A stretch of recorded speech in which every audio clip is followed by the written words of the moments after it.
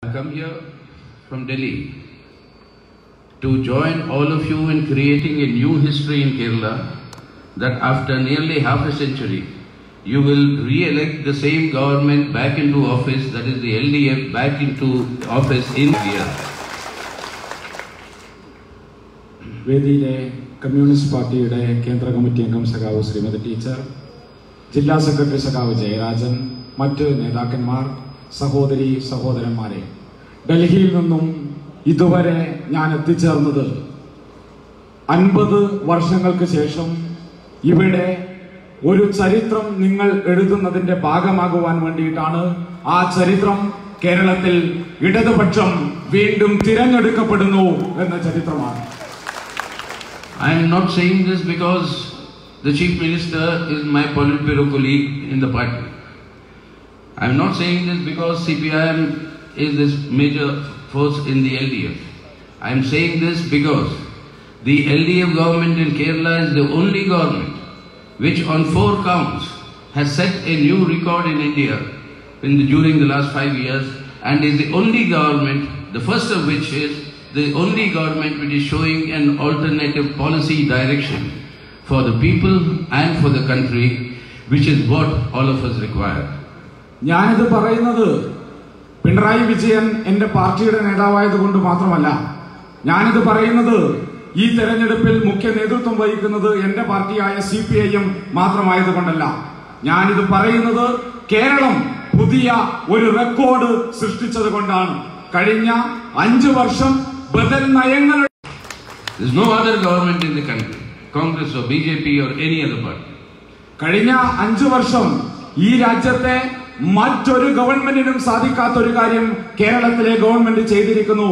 അത് തിരഞ്ഞെടുപ്പ് മാനിഫെസ്റ്റോയിൽ മുന്നോട്ട് വെച്ച കാര്യങ്ങളിൽ 580ഓളം കാര്യങ്ങൾ പൂർത്തീകരിച്ചുവെന്ന അഭിമാനകരമായ നേട്ടമാണ്. Kerala was unfortunate, a victim of many natural disasters during the last 5 years. You had cyclones, you had floods, you had this COVID pandemic, and in all of them, under the LDF government, the people of Kerala rose together as one man to meet these challenges and improve the situation for people's livelihood and welfare. This is the only government. We have a lot of promises being made by our Prime Minister about relief to the people. Nothing reaches the people, but the only government where from rations to pensions, when everything is delivered, it is delivered only in Kerala under the LDF government. That is why they should come back to be in the government for the next 5 years. കഴിഞ്ഞ 5 വർഷം നിരവധിയായ ദുരന്തങ്ങൾ ഈ നാടിന് അഭിമുഖീകരിക്കേണ്ടി വന്നു. മഹാമാരികൾ, പ്രളയങ്ങൾ, പേമാരികൾ ഈ നാടിന് നേരിടേണ്ടി വന്നു. പക്ഷേ ആ പ്രതിസന്ധിയുടെ എല്ലാം കാലത്ത് ഇടതുപക്ഷത്തിന്റെ നേതൃത്വത്തിൽ ഈ നാട്ടിലെ ജനത ഒന്നായി ഉയർന്നു വരികയും ആ പ്രതിസന്ധികളെ മറികടക്കുകയും ചെയ്യുകയായിരുന്നു. ആ സമയം ഈ നാട്ടിലെ ജനങ്ങൾക്ക് കേവലം വാഗ്ദാനം മാത്രം നൽകുകയാണ് കേന്ദ്രം ഭരിക്കുന്ന BJPയുടെ സർക്കാർ ചെയ്തുകൊണ്ടിരുന്നത്. എന്നാൽ ഈ പ്രതിസന്ധികളുടെയും പ്രയാസത്തിന്റെയും കാലത്ത് ഈ നാട്ടിലെ ജനങ്ങൾക്ക് റേഷൻ മുതൽ പെൻഷൻ വരെ എല്ലാം ഉറപ്പുവരുത്തി ഒരു ബദൽ സമീപനം സൃഷ്ടിക്കാൻ കേരളത്തിലെ ഇടതുപക്ഷത്തിന് സാധിച്ചിരിക്കുന്നു. That is why today,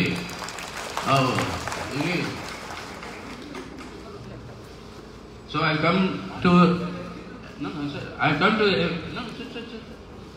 come to appeal to all of you to elect our young friend, our president, the Secretary of the State SFI, and he used to be the Secretary of State SFI, to the Assembly. And all those who charge the communists as saying that you are a party of old people, they look at our candidates and tell me we are the party with the youngest candidates in the country today, whether it's in Kerala or in Bengal or anywhere else where elections are taking place. ഞാനിവിടെ എത്തിച്ചേർന്നത് നമ്മുടെ ഈ ചെറുപ്പക്കാരനായിട്ടുള്ള സ്ഥാനാർത്ഥിയെ വിജയിപ്പിക്കണമെന്ന് നിങ്ങൾ എല്ലാവരോടും അഭ്യർത്ഥിക്കുവാൻ വേണ്ടിയിട്ട് ആണ്. മാത്രമല്ല, ഈ പാർട്ടി പഴയ തലമുറയുടെ മാത്രം പാർട്ടിയാണ് എന്ന് പറഞ്ഞുകൊണ്ടിരിക്കുന്ന ആളുകളെ ഞങ്ങൾ ഓർമ്മിപ്പിക്കുന്നു. കേരളത്തിലും ബംഗാളിലുമുള്ള ഞങ്ങളുടെ സ്ഥാനാർത്ഥി നിരയെ നോക്കുക. അതിൽ ചുറുചുറുക്കുള്ള ചെറുപ്പക്കാരുടെ ഒരു കൂട്ടത്തെ നിങ്ങൾക്ക് കാണുവാൻ സാധിക്കും. അതിലൊരാൾ ഇവിടെ ജനവിധി തേടുന്നു. That's why for more than 4 months, lakhs of peasants, farmers are encircled Delhi border and are there in struggle demanding the repeal of these farm laws. These farm laws destroy Indian agriculture. They are meant only for more profits for certain corporates, our Prime Minister's favorites, and in the process our farmers will be destroyed.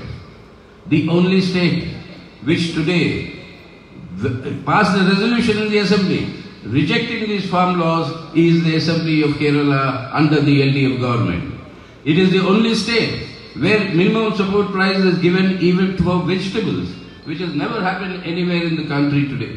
So in terms of alternate policies, Kerala was showing the way once again. കഴിഞ്ഞ 4 മാസക്കാലമായി ലക്ഷക്കണക്കിനായിട്ടുള്ള കർഷകർ രാജ്യ തലസ്ഥാനത്തിന്റെ അതിർത്തികളിൽ ഉജ്ജ്വലമായ ഒരു സമരത്തിലാണ്. ആ സമരത്തിലേക്ക് അവർ എത്തിച്ചേർന്നത് ഈ രാജ്യത്തിന്റെ കാർഷിക തകർച്ചയാണ്.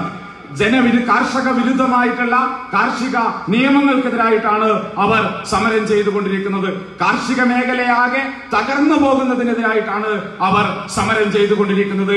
എന്നാൽ ഈ കാർഷിക നിയമങ്ങൾക്കെതിരായിട്ട് പ്രമേയം പാസാക്കിയ ഒരേ ഒരു സംസ്ഥാനത്തിന്റെ പേര് കേരള സംസ്ഥാനം എന്നാണ്, കേരളത്തിന്റെ നിയമസഭ എന്നാണ്. മാത്രവുമല്ല, കർഷകർ ആവശ്യപ്പെടുന്ന പച്ചക്കറികളുടെ താങ്ങുവില നടപ്പിലാക്കിയ ഒരേ ഒരു സംസ്ഥാനത്തിന്റെ പേരും കേരളം എന്നാണ്. ഇതുകൊണ്ടാണ് ഈ ബദൽ നയങ്ങൾക്ക് വേണ്ടിയിട്ട് വോട്ട് ചെയ്യാൻ ഈ നാടിനോട് ഞങ്ങൾ അഭ്യർത്ഥിക്കുന്നത്. That is why for every policy direction, Kerala has shown an alternative.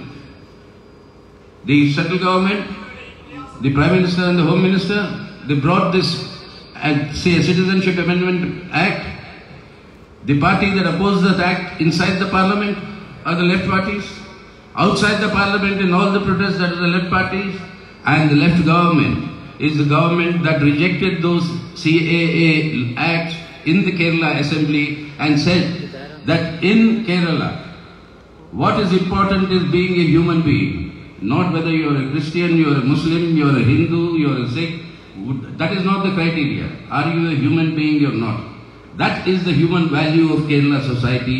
That will be upheld. That will never be allowed to be disrupted. And your assembly rejected the CAA.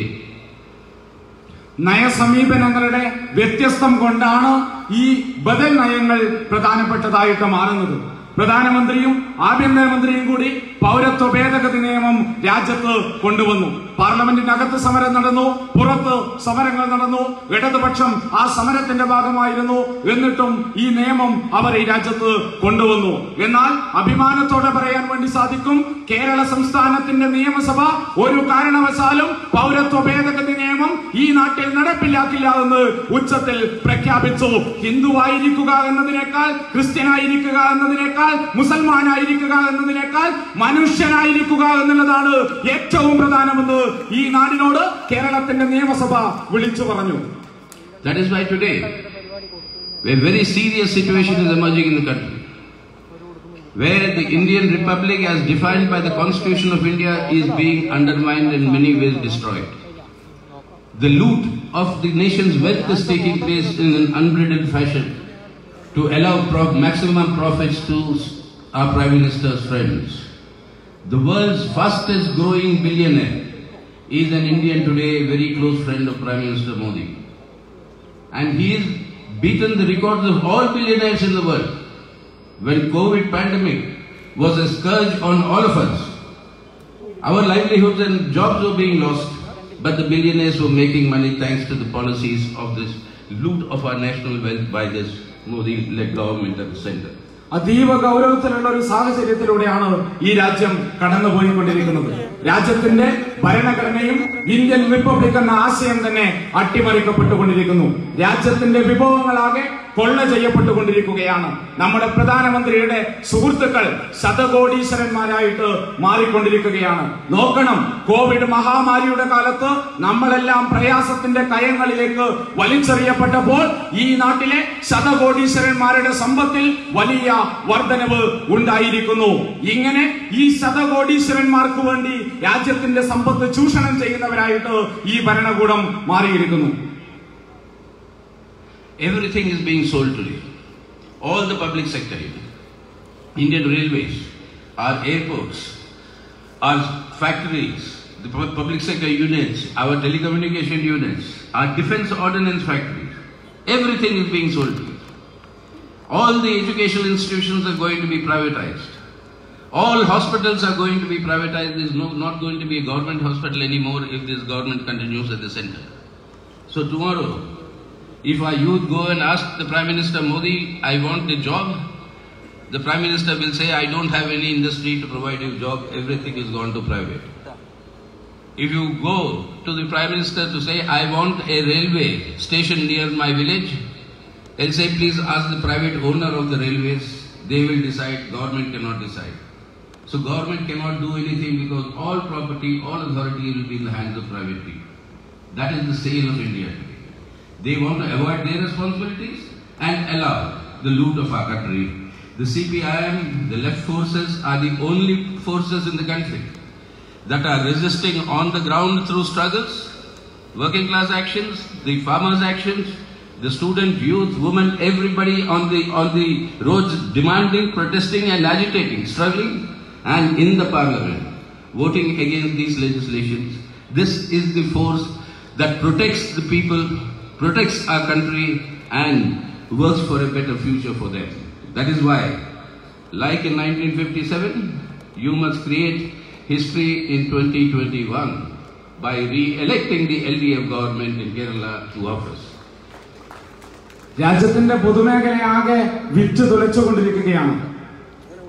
വ്യോമമേഖല വിറ്റു തുലക്കുന്നു, railway വിൽക്കുന്നു, telecommunication മേഖല വിറ്റു തുലക്കുന്നു. ഇങ്ങനെ എല്ലാ പൊതുമേഖലാ സ്ഥാപനങ്ങളും വിറ്റുകൊണ്ടിരിക്കുന്നു. വിദ്യാഭ്യാസം നേടണമെങ്കിൽ സ്വകാര്യ മേഖലയിലേക്ക് നിങ്ങൾക്ക് പോകണം.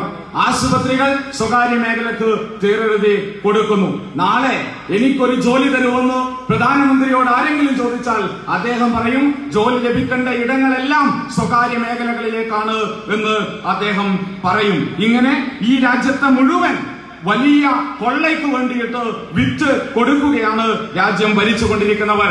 CPIM എന്ന ഒരേ ഒരു പാർട്ടി മാത്രമാണ് ഈ രാജ്യത്ത് ഇതിനെതിരെ കർഷകരെ, തൊഴിലാളികളെ, വിദ്യാർത്ഥികളെ, യുവാക്കളെ സംഘടിപ്പിച്ചുകൊണ്ട് വലിയ സമരം നടത്തുന്നത്. അതേ രാഷ്ട്രീയ ശക്തി തന്നെയാണ് പാർലമെന്റിനകത്ത് ഈ ജനവിരുദ്ധ നയങ്ങൾക്കെതിരായിട്ടുള്ള പ്രതിഷേധം ഉയർത്തിക്കൊണ്ടുവരുന്നത്. ആ ശക്തിയാണ് പ്രിയപ്പെട്ടവരെ ആ ബദൽ നയത്തിന്റേതായിട്ടുള്ള ശക്തി. അതുകൊണ്ടാണ് 1957 നിങ്ങൾ സൃഷ്ടിച്ചൊരു ചരിത്രം 2021 സൃഷ്ടിക്കുവാൻ വേണ്ടി നിങ്ങളോട് അഭ്യർത്ഥിക്കുന്നത്. That is why today this path of selling national assets was something begun by the Congress party. And that is why in Kerala today, what do you say? What Congress began, the BJP continues. What BJP wants to do, the Congress supports. Today the misuse of the ED, Enforcement Department, the misuse of the CBI, the misuse of all governments in all the constitution's independent authorities, all of them are being misused as a political tool of this BJP government at the center. And in all their misuse, they are targeting the LDF government because this is the only government that shows an alternative policy direction. And in that targeting, the Congress and the LDF play in tandem. They are both on the same side most of the time. And this is why a clear-cut alternative is required in Kerala, and that only the LDF can provide. ദേശീയത്തിന്റെ സ്വത്തുകളാകെ വിറ്റ് തുലച്ചുകൊണ്ടിരിക്കുകയാണ്. കോൺഗ്രസ് തുടങ്ങി വെച്ചു, BJP അത് പിന്തുടരുന്നു എന്നുള്ളതാണ്. BJP എന്താണോ ചെയ്യുന്നത് അത് തന്നെയായിരുന്നു കോൺഗ്രസിന് ഒരു കാലത്ത് ചെയ്യാൻ ആഗ്രഹമുണ്ടായിരുന്നത്. എൻഫോഴ്സ്മെന്റ് ഡയറക്ടറേറ്റിനെ ഉപയോഗിച്ചുകൊണ്ട്, CBI ഉപയോഗിച്ചുകൊണ്ട്, ഇതിനെല്ലാം രാഷ്ട്രീയ ആയുധമാക്കിക്കൊണ്ട് ഇടതുപക്ഷത്തെ വേട്ടയാടുവാനാണ് അവർ ശ്രമിച്ചുകൊണ്ട് ഇരിക്കുന്നത്. അവരുടെ ലക്ഷ്യം അവരുടെ ഈ നയത്തിനെതിരായിട്ട് പ്രതിഷേധമുയർത്തുന്ന ഇടതുപക്ഷത്തെ ദുർബലപ്പെടുത്തുക, വേട്ടയാടുക എന്നുള്ളതാണ്. ആ ലക്ഷ്യത്തിലേക്ക് കോൺഗ്രസും BJPയും ഒത്തുചേർന്നിട്ട് പരിശ്രമിച്ചുകൊണ്ടിരിക്കുകയാണ്. അതുകൊണ്ടാണ് ഈ നയങ്ങൾക്കെതിരായിട്ട് ഒരു ബദൽ നയം ഉയർത്തുവാൻ വേണ്ടിയിട്ട് ഇടതുപക്ഷം തിരഞ്ഞെടുക്കപ്പെടേണ്ടത് ഏറ്റവും പ്രധാനപ്പെട്ട കാര്യമായി മാറുന്നത്. That is why today the BJP has developed a new Trishulam. They have their communal Trishulam with which they are dividing our society and destroying our country, but a new Trishulam of governance, that any party, any government who doesn't agree with them, the first effort will be to buy them up using their massive money power. 95% of all the electoral bonds, thousands and thousands of crores of rupees, 95% of those have gone to the BJP. They use this money to buy up the opposition MPs and MLAs. And unfortunately, the Congress MLAs are very, very eager to be sold. So they are brought up, and in more than 50% of the Congress MLAs that have gone to the BJP. And in the process, the elections they lose, they end up forming the government. They want to undermine or destabilize the LDF government. And this election result, you must answer the Modi government and Mr. Amit Shah. You must answer them that your efforts of this Trishulam will not work in Kerala. They will be defeated in Kerala, and both the Congress and BJP in tandem cannot work here. ഒരു പുതിയ തൃശൂലവുമായിട്ട് ഇറങ്ങിയിരിക്കുകയാണ് BJP. മുൻപൊരു തൃശൂലമുണ്ടായിരുന്നു, അത് വർഗീയതയുടെ തൃശൂലമായിരുന്നു. ഇപ്പോ പുതിയൊരു തൃശൂലമുണ്ട്. ആ തൃശൂലത്തിലെ ഒരു മുന തങ്ങൾക്ക് ആവശ്യമുള്ളവരെല്ലാം വാങ്ങുക എന്നുള്ളതാണ്. 95% തിരഞ്ഞെടുപ്പ് ബോണ്ടും എത്തിച്ചേരുന്നത് കോർപ്പറേറ്റുകളിൽ നിന്നും എത്തിച്ചേരുന്നത് BJP എന്ന് പറയുന്ന രാഷ്ട്രീയ പാർട്ടിയിലേക്കാണ്. ആ പണം മുഴുവൻ ഉപയോഗിച്ച് പ്രതിപക്ഷ രാഷ്ട്രീയത്തിലുള്ളവരെ വാങ്ങുക എന്നുള്ളതാണ് അവർ ചെയ്തുകൊണ്ടിരിക്കുന്നത്. അവർ വാങ്ങിയവരിൽ ബഹുഭൂരിപക്ഷവും കോൺഗ്രസിന്റെ നേതാക്കന്മാരും ജനപ്രതിനിധികളുമായിട്ടുള്ള ആളുകൾ ആണ്. കോൺഗ്രസിന്റെ പാർട്ടി മാറിയ 50% ആളുകളും അതിലധികം ആളുകളും പോയത് BJPയിലേക്കാണെന്ന് കാണുവാൻ വേണ്ടി പറ്റും. തിരഞ്ഞെടുപ്പ് തോറ്റുപോയാലും ഗവൺമെന്റ് രൂപീകരിക്കാം എന്ന ആത്മവിശ്വാസത്തിലാണ് അവരുള്ളത്. ഗോവയിൽ തിരഞ്ഞെടുപ്പിൽ അവർ തോറ്റുപോയി, പക്ഷേ അവിടെ അവർ ഗവൺമെന്റ് ഉണ്ടാക്കി. കർണാടകത്തിലെ തിരഞ്ഞെടുപ്പിൽ അവർ തോറ്റുപോയി, പക്ഷേ അവിടെ ഗവൺമെന്റ് ഉണ്ടാക്കി. മണിപ്പൂരിൽ തോറ്റുപോയി, പക്ഷേ ഗവൺമെന്റ് ഉണ്ടാക്കി. അരുണാചൽ പ്രദേശിൽ പരാജയപ്പെട്ടുപോയി, പക്ഷേ BJP അവിടെ ഗവൺമെന്റ് ഉണ്ടാക്കി. അവരെ സംബന്ധിച്ചിടത്തോളം ജനാധിപത്യം എന്നാൽ അർത്ഥശൂന്യമാണ്. കേവലം അവർ കച്ചവടം മാത്രമാണ്. അവരുടെ കച്ചവട നിബന്ധനയുടെ കൂടെ നിൽക്കാത്ത ആളുകളെ EDയെയും CBIയെയും അയച്ചുകൊണ്ട് വേട്ടയാടുക എന്നുള്ളതാണ് അവരുടെ രീതി.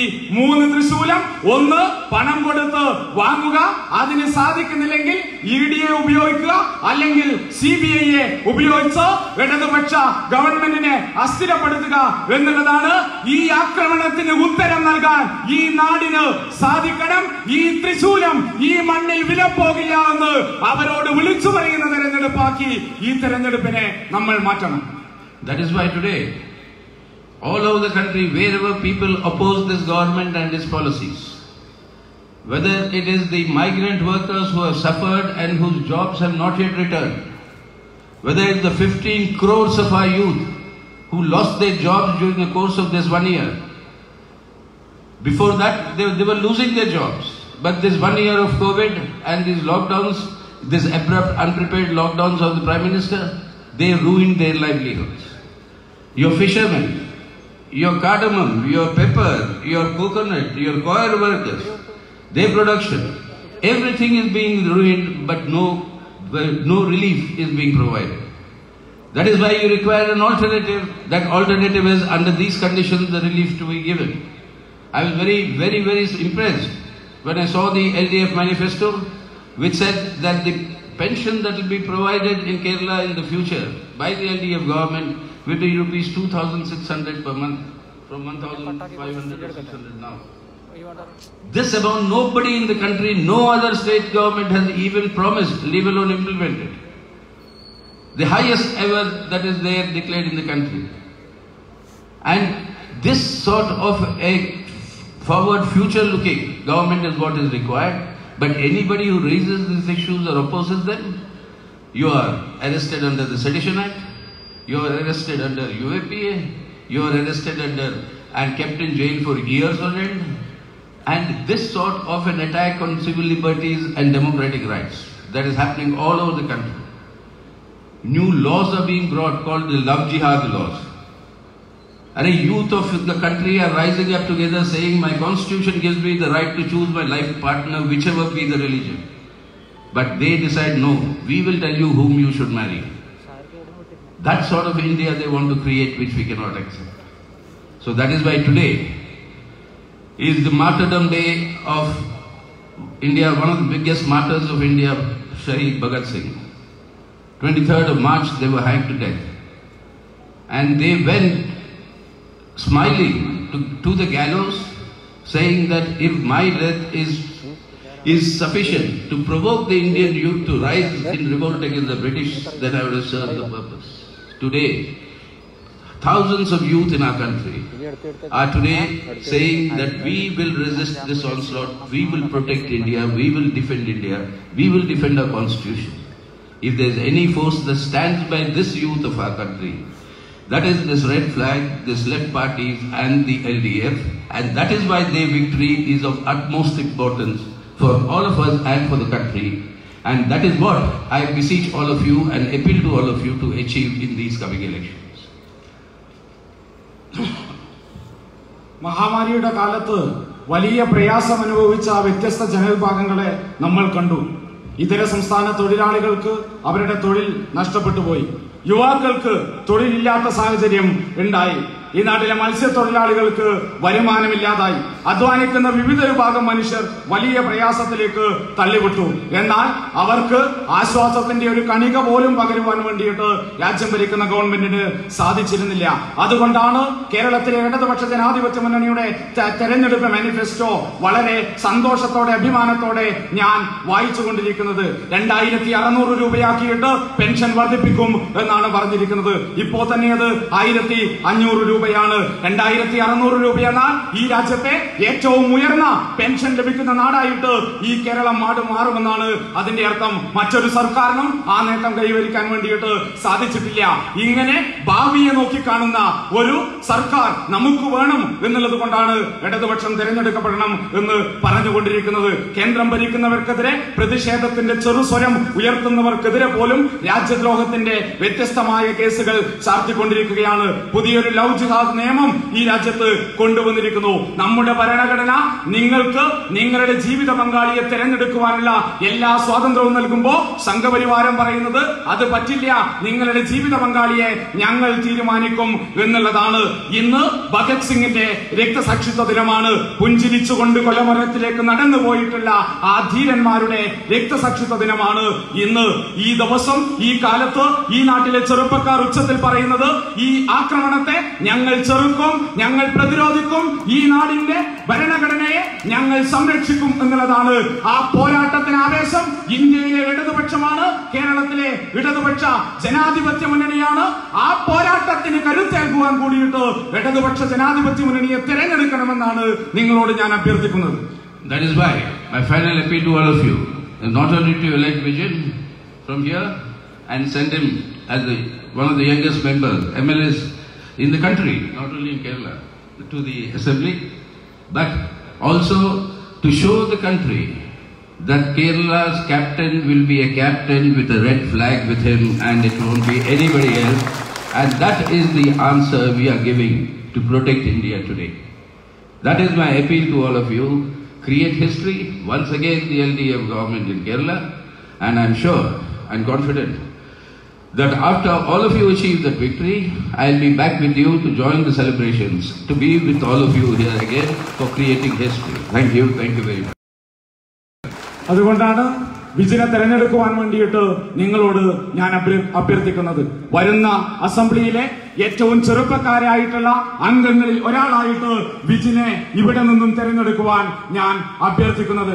മാത്രവുമല്ല, കേരളത്തിന്റെ ക്യാപ്റ്റൻ ഒരു ചുവന്ന കൊടി പിടിച്ച ക്യാപ്റ്റൻ ആയിരിക്കുമെന്ന് ഈ രാജ്യത്തോട് പറയുവാൻ കൂടി വേണ്ടിയിട്ടാണ്, രാജ്യത്തിന്റെ പോരാട്ടങ്ങളുടെ കൂടെ നിൽക്കുവാൻ വേണ്ടിയിട്ടാണ് ഞാൻ നിങ്ങളോട് അഭ്യർത്ഥിക്കുന്നു. ചരിത്രം സൃഷ്ടിക്കുക. എനിക്ക് തികഞ്ഞ ആത്മവിശ്വാസമുണ്ട്.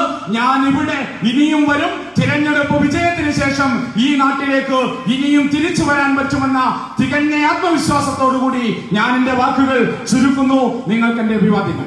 കഴിഞ്ഞ 5 വർഷക്കാലം കൊണ്ട് കല്യാശ്ശേരി അസംബ്ലി നിയോജക മണ്ഡലത്തിൽ നടപ്പിലാക്കിയ വികസന പ്രവർത്തനങ്ങളെ ഉൾക്കൊള്ളിച്ചുകൊണ്ട് മണ്ഡലം കമ്മിറ്റി തയ്യാറാക്കിയ വീഡിയോ ആരാധ്യനായ CPMന്റെ ജനറൽ സെക്രട്ടറി സഖാവ് സീതാറാം യെച്ചൂരി നിയോജക മണ്ഡലം ഇടതുപക്ഷ ജനാധിപത്യ മുന്നണി സ്ഥാനാർത്ഥി വിജിന് നൽകി പ്രകാശനം ചെയ്യും. അതിനുവേണ്ടി ആദരപൂർവ്വം സീതാറാമിനെ ക്ഷണിക്കുന്നു. ഏറ്റുവാങ്ങാൻ വിജിനെ ക്ഷണിക്കുന്നു.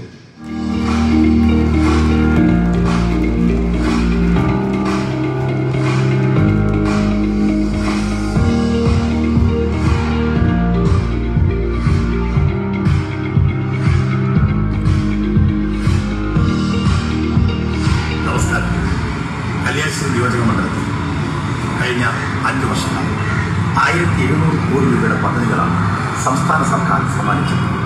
ഏതൊരു നാടിൻ്റെയും മുഖമാണ് ഗതാഗത മേഖല. ഏറ്റവും മികച്ച റോഡുകൾ,